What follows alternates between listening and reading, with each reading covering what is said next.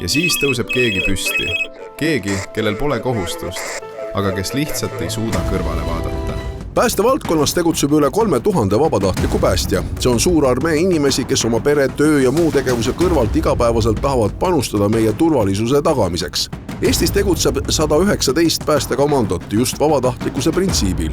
Igal aastal lisandub sinna suurusjärgus 100 inimest. Kui vajalik on riigil seda suunda arendada?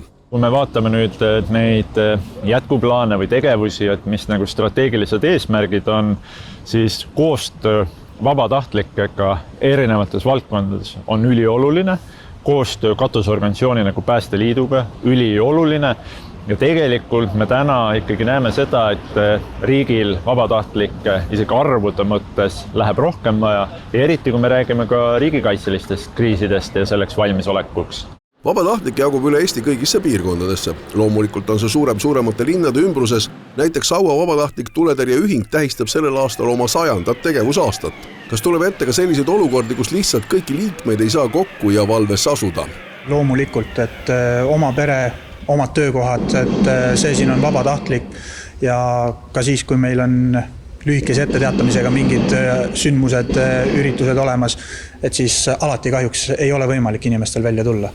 Pahatihti levib arvamus, et vabatahtlike oskused ja võimalused on kehvad ja nad ei saa kõigi võimalike operatsioonidega hakkama.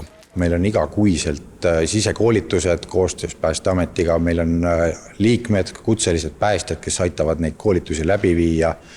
Lepime kokku erinevate komandodega, et oleks sisekoolitused pädevad ja inimesed reageerimisvõimelised ja pädevad sündmuskohal. Nii et tegelikult see jutt või see müüt, et vabatahtlikud päästjad on kuidagi kehvemad, see kindlasti praegusel ajal on paika ei pea. Meie tingimustes mitte ei tohiks olla kindlasti. Vabatahtlik päästja on vabatahtlik ja professionaalne abi kutselistele päästjatele sündmuskohal. Tänase päeva märksõna vabatahtlike päästjate kaasamisel ongi uued võimalused ülesanneteks ja selleks koolitamine.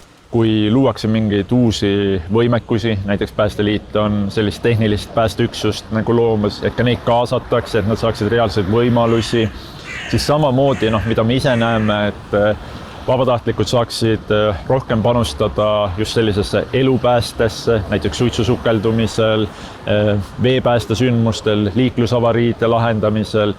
Ja võib-olla kõige sellise suurema väljakutse, ma mõtlen ise ongi nagu selle kriisireserviga seotud. Olenemata tänasest pidupäevast on vabatahtlikud endiselt olemas ja valves turvalisuse tagamisel.